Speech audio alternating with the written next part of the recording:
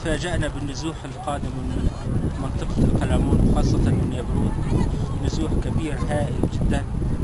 الناس وضع سيء جدا. الساعة لحد الآن ما تأمنوا خيام إلهم. قسم كبير نام تحت العراء وأوضاع سيئة جدا. ينقصهم الطعام والمسكن وأمتعة بالشوارع وبالأماكن العامة والساحات. السيارات ممتلئة بالنازحين. نامت قسم كبير من الناس بالسيارات مع أمتعتهم. المنطقة السحل هاجرت كلها، ومنطقة القلمون ومنطقة قرى التابعة ليبرود معظم الناس هاجروا وما لهم أي مكان غير عرسال هون. والمناطق كلها المنفذ الوحيد لهم هي عرسال.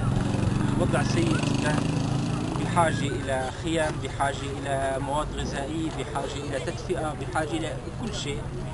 النزوح كان أكبر نزوح حتى الآن. هلا بأي مكان تمشي فيه بتلاقي أمتعة ونساء وأطفال بدون مأوى وبدون غذاء وبدون أي عمل.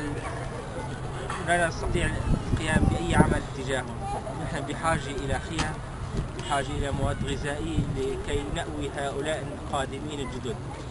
العدد كبير جدا، ونرجو المساعدة لهؤلاء الناس القادمين من منطقة يبرود.